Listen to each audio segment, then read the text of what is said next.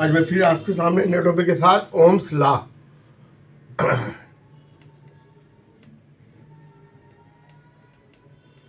इसको समझने से पहले हमें करंट का फ्लो समझना है। करंट जो है, इलेक्ट्रॉन जो है, ये इलेक्ट्रॉन है ना, इनके फ्री मोशन की वजह से चलता है, स्ट्रीम चलती है इलेक्ट्रॉन की, वो करंट पास करवाती है, ठीक है। लेकिन क्या कुछ इलेक्ट्रॉन जो है जो कंडक्टर होता है, इसमें कुछ आयंस होते हैं, है ना, कुछ एटम्स होते हैं, इनसे क्या करता है, कोलाइड करता है। इनसे कोलाइड करने की वजह से क्या होता है कि इसमें करंट का फ्लो कम हो जाता है, और ये जो कोलाइड करना है को क्या कहते हैं, रेजिस्टेंस होता है उसके अंदर। कोलाइड जब करेंगे तो रेजिस्टेंस होगा। अब जब वोल्टेज क्या होती है, ये 2 पॉइंट है ना, वोल्टेज ये 2 पॉइंट है। एक यूनिट आवेश को, एक यूनिट चार्ज को एक पॉइंट से दूसरे पॉइंट तक लाने में, ठीक है, जितना वर्क डन होता है उसको क्या कहते हैं, पोटेंशियल डिफरेंस कहते हैं, ठीक है। Potential difference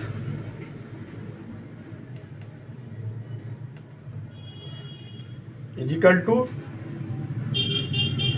work done upon quantity of charge, ठीक है। इसको हम कहते हैं V is equal to W upon Q, ठीक है। Potential difference between the 2 points is at the 1 volt, ठीक है। ये 1 वोल्ट जब होगा जब हम 1 कूलम के आवेश को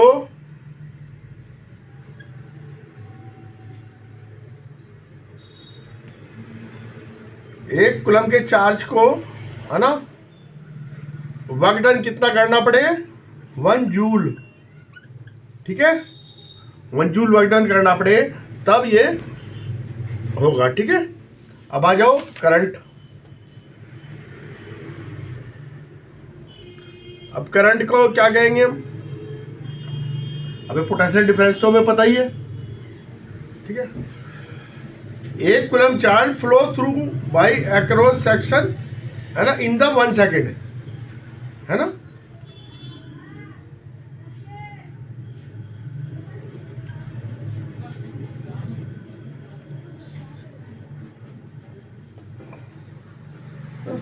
वन कूलम चार्ज, है ना, flow through cross section of a conductor in 1 second. इसको क्या कहेंगे, करंट 1 एम्पियर। तो 1 ampere equal to 1 coulomb upon 1 second, तो I equal to Q upon T, ठीक है। ये हमें आना चाहिए। इसके बाद फिर हम देखते हैं ओम ने क्या बताया था, ओम्स लॉ क्या है। Ohm's law is very easy, क्योंकि अबे 2 फार्मूले हैं, V is equal to V is equal to W upon Q and I is equal to Q upon T। ये 2 फार्मूले हमें याद रखने हैं। अब क्या है, ओम्स लॉ में कहा गया कि टेम्परेचर अगर कांस्टेंट है, टेम्परेचर नहीं चेंज होना चाहिए, ठीक है, वेरी नहीं करना चाहिए टेम्परेचर, तो current flow through a conductor, जो करंट फ्लो है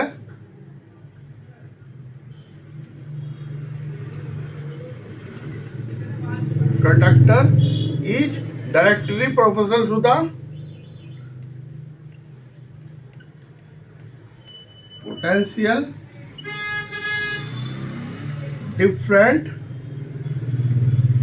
across ends of conductor। ठीक है, अगर टेम्परेचर कांस्टेंट है, ये एक कंडीशन रखी गई, टेम्परेचर कांस्टेंट होना चाहिए तब ये है, तो आई वी, ठीक है, वी आई और V is equal to R I. R क्या है? कांस्टेंट। इसको रेजिस्टेंस ऑफ कंडक्टर भी कह सकते हैं। ठीक है, रेजिस्टेंस ऑफ कंडक्टर भी कह सकते हैं इसको। अब हमें पता है V upon I is equal to R. V is equal to potential different, I is equal to current, R equal to resistance. ठीक है, ये क्या है? कांस्टेंट है। तो potential different upon current equal to constant resistance. ठीक है, the ratio of the potential difference applied, ratio of the potential and current. ठीक है, applied between the two end of conductor. ये दो एंड है कंडक्टर के, इनके बीच का जो है पोटेंशियल डिफरेंस V जो है। ठीक है, ऊपर conductor and the current flowing through, current इसमें कितना आई आया, तो ये कांस्टेंट होगा, रेजिस्टेंस के बराबर होगा। ठीक है, तो I is equal to V upon I is equal to R, ये हमें पता ही है, V is equal to I R और I is equal to V upon R. ठीक है, current is directly proportional to the potential difference. ठीक है, ये बताया था मैंने यहाँ। Current is inversely proportional to the resistance. अगर रेजिस्टेंस ये वोल्टेज दुगनी होगी तो करंट दुगना आ जाएगा, है ना। That is voltage become two time and the current also become the two time. If the voltage half the current is also half. ठीक है, और जब रेजिस्टेंस डबल होगा तो ये करंट हाफ हो जाएगा। ठीक है, क्योंकि आई आर, ठीक है, इनवर्सली प्रोपोर्शनल है आर के, ये हमें ध्यान रखना है। ठीक है, तो if the resistance is double then the current is half, resistance is half, current get double. ठीक है, तो electric current of the given conductor depend on the two factor पे डिपेंड करेगा, है ना। जो करंट है, इलेक्ट्रिक करंट किस किस पे डिपेंड करेगा? पोटेंशियल डिफरेंस पे, है ना, जो एंड है, एंड पे, कंडक्टर के एंड पे है, और दूसरा किस पे डिपेंड करेगा? रेजिस्टेंस।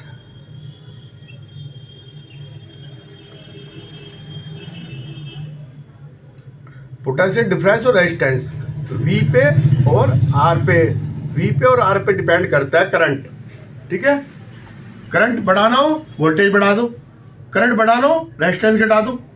ठीक है, करंट इस पे करता है, करंट घटाना हो तो वोल्टेज घटा दो या रेजिस्टेंस बढ़ा दो।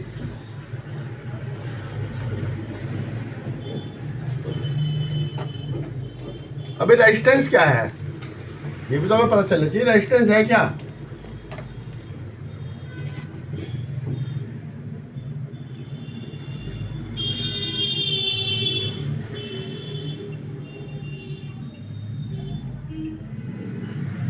हमें पता है करंट जो फ्लो होता है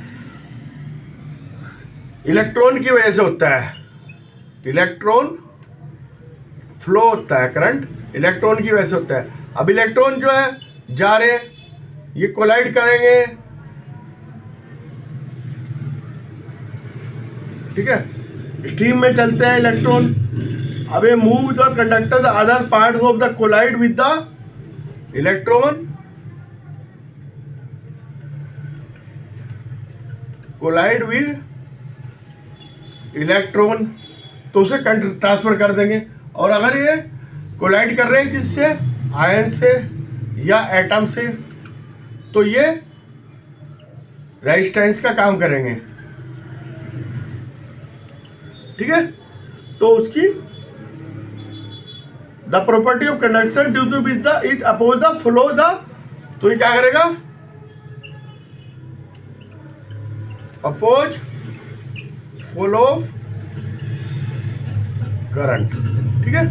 अपोज करेंगे, जब से कोलाइड करके इसका इलेक्ट्रॉन को उसको रोक देंगे, करंट जाना रोक देंगे, तो रेजिस्टेंस करेंगे, ठीक है। तो इसको क्या कहेंगे, रेजिस्टेंस, है ना। जो अपोज करता है, properties of conductor which oppose the flow of current through is called as resistance, understand. तो resistance is equal to potential difference upon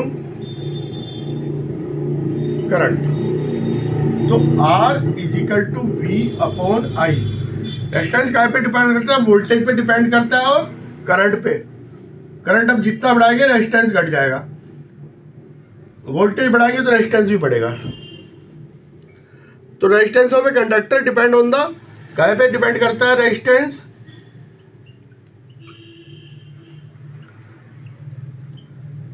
depend on length of wire, है ना। लॉन्ग वायर है और इसका रेजिस्टेंस मोर होगा, और अगर मोटी वायर है, थिक,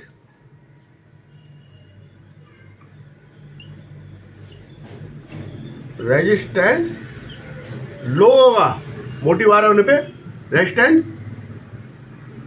तो अगर थिक वायर होगी तो रेजिस्टेंस लो हो जाएगा, और लंबी होगी तो रेजिस्टेंस हाई हो जाएगा, है ना। और अगर राइज इन टेम्परेचर, टेम्परेचर हमने बढ़ा दिया तो रेजिस्टेंस इंक्रीजेज, है ना, क्योंकि उनके आयंस वगैरह उनकी स्पीड भी तेज हो जाएगी और इलेक्ट्रॉन को रोकेंगे तो हो जाएगा। तो ऐसा यूनिट ऑफ रेजिस्टेंस ओम होती है, ना। इसको ओमेगा इससे करते हैं डिनोट, ठीक है। ऐसा यूनिट ओम है, ओम, इसको इससे डिनोटेड करते हैं। तो potential difference upon current is equal to resistance, ठीक है। V upon I is equal to R। 1 ohm, अब ये कर दो, देखो V1 वोल्ट और I क्या है 1 एम्पियर, और ये कैसा 1 ओम, ठीक है। इससे क्या हमें पता था 1 ओम रेजिस्टेंस कब होगा of a conductor such the potential difference is 1 volt and the current, है ना, of the in the conductor 1 ampere flow, ठीक है। और 1 एम्पियर करंट कब फ्लो होता है, 1 एम्पियर करंट कब फ्लो होता है, जब 1 कूलम का 1 सेकंड तक फ्लो, तो उसको 1 कहते हैं, क्योंकि I is equal to Q upon T, है ना। 1 कूलम का जो चार्ज है वो 1 सेकेंड तक फ्लो तो 1 एम्पियर होता है, ठीक है। तो यहाँ पे आ गया रेजिस्टेंस 1 ओम कैसे आया, ठीक है। वी कैन अब हम कह सकते हैं resistance of conductor by using the Ohm's law equation. Ohm's law equation क्या है, ये ओम्स लॉ इक्वेशन है। इससे हम बहुत सारे क्वेश्चन सोल्व कर सकते हैं, ठीक है। ये ओम्स लॉ इक्वेशन है। अब जैसे ये कह रहा है potential difference between the 2 point wire carrying 2 ampere, है ना। V दे रखा है, V पूछ रहा है, करंट दे रखा है, I दे रखा है 2 एम्पियर, और V दे रखा है 0.1, है ना। R इजिकल टू पूछ रहा है क्या है, ठीक है। रेजिस्टेंस पूछ रहा है, तो R equal to V upon I 0.1/2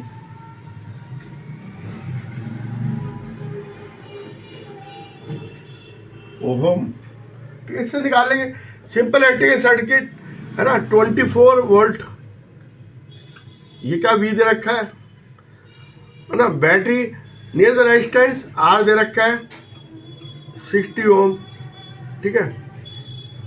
what will be current, तो V upon I equal to R, I equal to V upon R, है ना। V upon R 60 equal to 0.4, ऐसे निकालेंगे, सिंपल है ना। V दे रखा हो, I दे रखा हो, R निकल जाएगा, R दे रखा हो, V दे रखा हो, I निकल जाएगा, तो एक दूसरे से वो है, समझिए, ठीक है। आज का जैसा लगा आप मेरे को सब्सक्राइब करना है, मेरे चैनल को लाइक करना है और मेरे साथ बने रहना है। आगे बहुत आपको इंटरेस्टिंग सब्जेक्ट लगेगा, और कभी भी किसी चीज़ को बोरियत नहीं समझते। हर चीज़ का अपना अपना एक वैल्यू होती है, वो आपको पता चलेगा। Okay bye.